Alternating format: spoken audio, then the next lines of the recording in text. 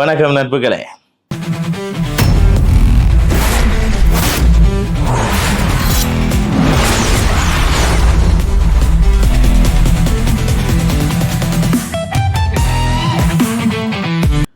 போர் முடிச்சதுக்கு பிறகு தகவல் கொண்டு வர ஒற்றன் மாதிரி ஆயிருக்கும். இப்போது என்னென்னா, ரெட்ரோ படம் பார்த்து எல்லாரும் பேசி தீர்த்திருப்பாங்க. இப்போ தான் நான் வந்திருக்கேன். நான் உங்கள்கிட்ட முன்னாடியே சொன்ன மாதிரி ரிவ்யூவெல்லாம் இல்லை. பட் பேசணும்னு தோன்ற படத்தை பேசணும்னு நினைப்பேன். அதுதான் நான் ரிவ்யூ வேணால் நான் உடனே படம் பார்த்துட்டு வந்த உடனே போட்டிருப்பேன். ஸோ நான் படம் பார்த்து 2 days ஆகுது. பேசணும்னு தோணிச்சு. அதுதான், வேறு ரிவ்யூவா அப்படிலாம் இல்லை. நான் முன்னாடி சொன்ன மாதிரி ரெட்ரோ. எனக்கு ரெட்ரோ படத்துக்கு போனதுக்கு முக்கிய காரணமே கார்த்திக் சுப்ராஜ்.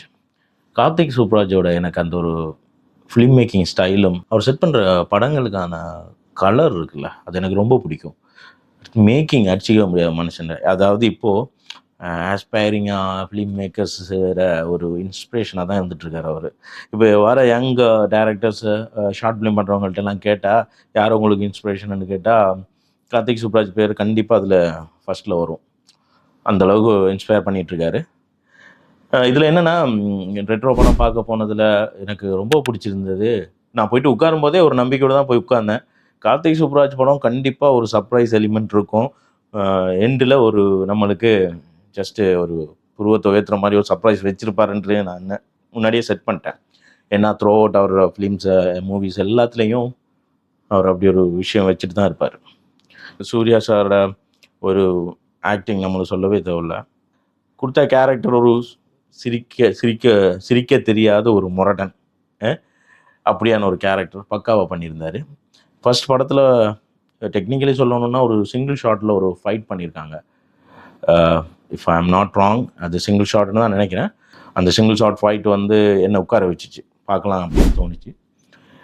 இதில் இன்னொன்று சொல்ல மறந்துட்டேன். முக்கியமாக எனக்கு படத்தில் போயிட்டு உட்கார்ந்தோடனே எனக்கு ஃபஸ்ட்டு ரொம்ப பிடிச்சிருந்த விஷயம் அந்த ஒரு 80ஸோட காஸ்டியூமும் அந்த அவங்க செட் பண்ண அட்மாஸ்பியரும் அப்புறம் அதில் வர்ற செட்டுகள், அந்த கலர், 80ஸுக்குரிய கலர், மியூசிக், அது எல்லாமே அந்த ஃப்ளேவரில் இருந்ததால் எனக்கு சும்மாவே எனக்கு இந்த RX 100 பைக்கு அதெல்லாம் ரொம்ப பிடிக்கும்.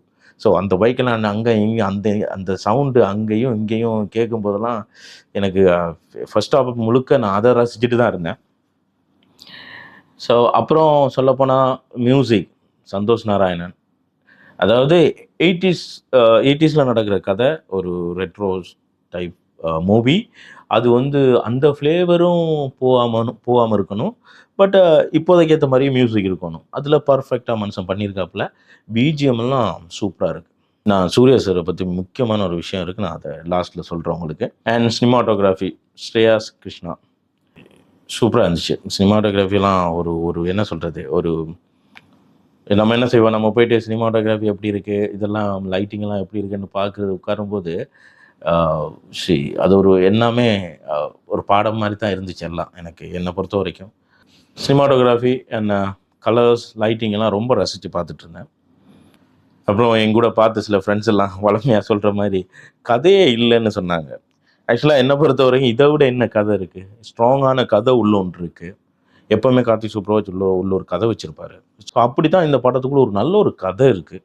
அதான் நான் சொன்ன மாதிரி அந்த சர்ப்ரைஸ் எலிமெண்ட், அதை கடைசி வரைக்கும் மெயின்டைன் பண்ணி நம்மளை வேறு எங்கேயோலாம் திசை திருப்பிட்டு அப்படியே வந்து கடைசியில் ஓப்பன் ஆஸ் யூஷுவல் அவர் எல்லா படத்துலையும் பண்ணுற மாதிரி அதை பண்ணியிருந்தார். அது ரொம்ப ரசிக்கக்கூடிய மாதிரி இருந்துச்சு. அண்ட் சூர்யா சாரை பற்றி சொல்லணும், என்னை பொறுத்த வரைக்கும் எனக்கு அவருக்கு இது வரைக்கும் பேரெல்லாம் இல்லை புனை பேர் அதெல்லாம் கொடுக்கல, பட்டங்கள் எல்லாம்.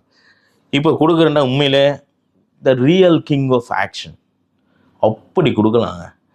எனக்கு அவர் பண்ணுற அந்த ஆக்ஷன் சீன்ஸ் எல்லாம் பார்த்தா, சூர்யா சார் பண்ணுற ஆக்ஷன் சீன் எல்லாம் வந்துமே ஒரு அவரை நான் இந்த அத்தனை ஏஜென்ட் சொல்லவும் முடியாது. ஒரு உண்மையிலே ரியலாக ஒரு 20-22 வயசு ஒரு யங்ஸ்டர் பண்ணுனா எப்படி ஃபைட் பண்ணாலாம் எப்படி இருக்கும்னு, ஐ மீன் கிளாரிட்டியோட துல்லியமாக அந்த ஆக்ஷன்ஸை டேரக்டர்ஸ் வந்து ஸ்டண்ட் டேரக்டர்ஸ் வந்து சூப்பராக பண்ணியிருக்காங்க. எனக்கு என்ன சொல்லப்போனால் இதில் ஃபைட்ஸ் இருக்குது, நிறைய ஃபைட்ஸ் இருக்குது. இதில் ஒரு ஃபைட் கூட எனக்கு போர் அடிக்கலை, அந்தளவுக்கு இருந்துச்சு. பக்கா கிளாரிட்டி சூப்பராக இருந்துச்சு. ஸோ அதை மென்ஷன் பண்ணி சொல்லி ஆகணும். அது சூப்பராக இருக்குது. ஆக்ஷன் டைரக்டர் சூப்பராக பண்ணியிருக்காங்க. 100% அவங்க ஒர்க்கை பண்ணியிருக்காங்க. அண்ட் ஹாலிவுட் படம் எடுக்கிற ரேஞ்சில் இருக்கிற கார்த்திக் சுப்ராஜ் தமிழ் படம் எடுத்துகிட்டு இருக்காரோன்னு தோணுது. ஏன்னா அவருக்கு அந்த பொட்டென்ஷியல் இருக்குங்க. அந்த ஒரு என்ன சொல்கிறது, ஒரு சூப்பர் ஹீரோஸ் படம், இப்போ மார்வலில் வர்ற சூப்பர் ஹீரோஸ் படம் மாதிரி எடுக்க 100% என்ன சொல்கிறது, ஒரு பொட்டென்ஷியல் உள்ள ஒரு ஆள் தமிழ் சினிமாவில் என்ன கேட்டால் கார்த்திக் சுப்ராஜ்னு சொல்லுவேன். ஏன்னா அவர் எடுக்கிறதெல்லாம் சிலதெல்லாம் பாருங்கள் நீங்கள், ஒரு அந்த கதைக்குள்ளே டக்குன்னு ஒரு ஃபேண்டசியோடு சேர்ந்த ஒரு ரியாலிட்டி இருக்கும். அதை நம்ம நம்பலாமா வேணாமான்னு யோசிச்சுட்டு இருக்கும்போது நம்ப வச்சிருவார். அந்த மாதிரி ஒரு சில விஷயங்கள் இதுலேயும் இருக்குது. அந்த ஒரு ஐலாண்டுக்கு போன இடத்த அடிமைகளையும் குற்றவாளிகளையும் வச்சு ஒரு டீமாக வந்து ஒரு ஃபைட் கேம் நடத்துகிறதா இருக்கட்டும், அப்படி சில விஷயங்களெல்லாம் ஒரு உண்மையிலேயே சொல்லப்போனால் ஒரு ஹாலிவுட் படத்தில் ஒரு ஃபேண்டசி ஃபிலிமில் வர மாதிரி தான் இருக்கும், ஒரு சூப்பர் ஹீரோஸ் மூவியில் வர மாதிரி. பட் அதெல்லாம் சுற்றி ஒரு ரீசன், அதுக்கு என்ன நடக்குது, அது ஏன் நடக்குதுன்ற ஒரு ரீசன் அப்படியே ஸ்க்ரீன் பிளேயில் அவர் பண்ணினதால அது நம்மளுக்கு ஒரு நம்ப தகுந்த மாதிரி போகுது. அந்த கதைக்குள்ளே நம்ம போயிடுறோம். அது கதையை விட்டு எங்கேயும் வெளியே போகல. இதில் ஒரு இதெல்லாம் சில வயலன்ஸும் ஆக்ஷனும் மட்டுமான்னு பார்த்தா ஒரு இந்த லவ்ன்ற ஒரு இதை சுற்றி தான் இந்த கதையே போயிட்டு இருக்கும். என்னை பொறுத்த வரைக்கும் நம்ம ஒரு ஆக்ஷனில் என்னடா ஃபைட்டாக இருக்குன்னு பார்த்தா டக்குன்னு ஒரு லவ் சீனுக்கு போயிடுறாங்க. ஸோ நல்லா இருக்கு. இதில் நிறைய சப்போர்ட்டிங் ஆக்டர்ஸ் இருக்காங்க.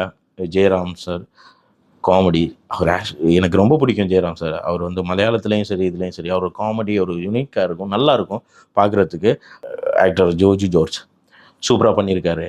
அவர் ஆக்சுவலாக மலையாளத்தில் பயங்கரமான ஆக்டர். இதில் கரெக்டாக யூஸ் பண்ணியிருக்காங்க, நல்லா ஆக்ட் பண்ணியிருக்காரு. அண்ட் எடுத்து சொல்லணும்னா இதில் வில்லன் கேரக்டர் இன்னொரு one of the villain character பண்ணியிருக்காரு, நெகட்டிவ் ரோல் பண்ணியிருக்காரு, விதுவன் சொல்லி ஒரு ஆக்டர். நான் ஆக்சுவலாக அவர் வந்துட்டு Karthik Subbaraj sir previous movie Jigarthanda 2ல் ஒரு கேரக்டர் பண்ணியிருக்காரு. ஸோ அது நான் செர்ச் பண்ணி பார்க்கும்போது அப்போ தான் தெரியும் இவர் தானே அது அப்படின்னு தோணுச்சு. உண்மையிலே சொல்லப்போனால் மனசில் நிற்கிற மாதிரி இருக்குது அவரோட கேரக்டர். நல்ல ஒரு என்ன சொல்கிறது, ஒரு யூனிக்காக இருக்குது. அந்த கேரக்டர் ஸ்கெட்சு சூப்பராக பண்ணியிருந்தார் கார்த்திக் சுப்ராஜ் சார். அண்ட் படம் மியூசிக் பிஜிஎம்ல இருந்தும் சரி, ஆக்ஷன்ல இருந்தும் சரி, ஒரு ஒரு ஒரு நம்மளை ஒரு ரெட்ரோ ஃபீலுக்கு கொண்டு போனதுலேருந்து சரி, கரெக்டான அந்த படத்தோட வேலையை பார்த்துட்டு போயிட்டு உட்காந்து நல்லா என்ஜாய் பண்ணி படத்தை பார்த்துட்டு வரலாம். என்ன சொல்கிறது, love, action, music and retro full பேக்டாக அவங்கள்ட்ட கொடுத்துருக்காங்க. சரி, எல்லாமே பாசிட்டிவாக இருக்கேன்னா இதில் நான் பாசிட்டிவ் நெகட்டிவ் சொல்லலை. பட் எனக்கு இதெல்லாம் ரசித்தப்போ ஒரு விஷயம் நம்மளை கொஞ்சம் டிஸ்டர்ப் பண்ணும்ல, அது மாதிரி ஒரு விஷயம்னா இது வந்து ஒரு கதையை நோக்கி போயிட்டுருக்கு. ஷார்ட்லேருந்து ஒரு லவ்வை போகுது, லவ்வை தான் நம்மளுக்கு டைவெர்ட் பண்ணி காமிச்சு அதில் ஒரு சஸ்பென்ஸை உள்ளே வச்சுருந்தாங்க. பட் இதுக்குள்ளே நிறைய விஷயங்கள் வந்து அந்த ஸ்க்ரீன் பிளேயை டிஸ்ட்ராக்ட் பண்ணிச்சோன்ற ஒரு ஃபீல் தான் எனக்கு இருக்குது. ஸோ டைரெக்டாக சில விஷயங்களை அந்த ஸ்க்ரீன் பிளேயை கொஞ்சம் நேர்த்தியாக கொண்டு போய் நம்மளுக்கு அதுவே போதும். இப்போது ஒரு விஷயம் லாஸ்ட்டில் ஒரு சஸ்பென்ஸ் வச்சுருக்காங்க, ஒரு சர்ப்ரைஸ் இருக்குது நம்மளுக்கு. அந்த சர்ப்ரைஸை நோக்கி தான் படம் கதை நகரும்போது நம்மளை அந்த சர்ப்ரைஸை நோக்கி நம்மளை போக விடாமல் அந்த லவ்ன்ற ஒரு விஷயத்த அது கொண்டு வந்து பண்ணுறாங்க. அதுவே போதுமான அளவுக்கு இருந்துச்சு. ஆனால் அதுக்குள்ளே சில விஷயங்கள் வரும்போது எனக்கு சின்னதாக, அது எந்த ஒப்பீனியன் எனக்கு சின்னதாக அது மட்டும்தான் ஒரு என்ன சொல்கிற ஒரு டிஸ்ட்ராக்ஷனாக இருந்துச்சு. மற்றபடி சூப்பர். அண்ட் சூர்யா சாருக்கு எல்லாம் கம்பேக்னு சொல்கிறாங்க. எனக்கு என்ன சொல்கிறது, என்ன கம்பேக், அவர் ஆல்ரெடி பீக்கில் தான் இருக்கார். ஆக்ஷன் தாறுமாறுபட்டார் மனுஷன். இனிமேல் அவரை என்ன சொல்கிறது, ஆக்ஷன் கிங் ஆல்ரெடி இருக்கிறதால இவருக்கு வேறு ஏதாவது த கிங் ஆஃப் ஆக்ஷன் ஒரு இல்லைன்னா என்ன சொல்கிறது, ஒரு இந்தியன் ஜாக்கி சான் கூட வைக்கலாம், அந்த மாதிரி இருக்குது ஆக்ஷன். ஸோ இதுதான் ரெட்ரோ மூவியை பார்த்துட்டு வந்து பேசணும்னு நினச்சேன், பேசிட்டேன். இனிமேல் அதாவது சினிமா பற்றி படத்தை பற்றி பேசணும்னு ஆசை, ஒரு பிளான் பண்ணிகிட்ருக்கேன். ஸோ நான் மட்டும் இல்லாமல் இன்னொருத்தர் கூட இருந்து ஒரு டிஸ்கஷன் மாதிரி பண்ணணும்னு நிறைய ஆசை இருக்குது. ஸோ நீங்கள் இப்படியான வீடியோவுக்கு கொடுக்குற சப்போர்ட் தான் எனக்கு அப்படியான வீடியோ பண்ணுறதுக்கு ஒரு என்கரேஜ்மெண்ட்டாக இருக்கும். நான் இப்போ சொல்கிறது போல் நீங்கள் பெரிய சப்போர்ட் கொடுத்துட்ருக்கீங்க, எனக்கு இன்னும் சப்போர்ட் கொடுங்க. நான் அது பெரிய எனக்கு என்ன சொல்லப்போனால் நீங்கள் இப்போ கொடுக்குற சப்போர்ட்டும் நீங்கள் எனக்கு இந்த வர்ற வியூஸும் இதுகளும் தான் எனக்கு சரி இனி நம்ம இருக்க கூட்டிகிட்டு போகணும் வீடியோஸை, நிறைய பண்ணணுன்றது தாட்டை கொடுத்துட்ருக்கு. ஐ மீன் ஒவ்வொரு கிரியேட்டர்ஸுக்கும் அப்படி தான் இருக்கும். ஸோ அப்படி தான் எனக்கும் இருக்குது. தொடர்ந்து சப்போர்ட் பண்ணுங்கள். சப்ஸ்கிரைப் பண்ணாதவங்க சப்ஸ்கிரைப் பண்ணுங்கள் லென்ஸ் அண்ட் லைன்ஸை. இன்னும் நான் எனக்குள்ளே இருக்கிறதெல்லாம் கொஞ்சமாக உருவி எடுத்து வீடியோஸ் பண்ண நான் முயற்சி பண்ணுறேன். நீங்கள் கொடுக்குற சப்போர்ட்டுக்கு எப்பவும் சொல்கிற போல் பெரிய தேங்க்யூ, பெரிய நன்றிகள். நன்றி நட்புகளே.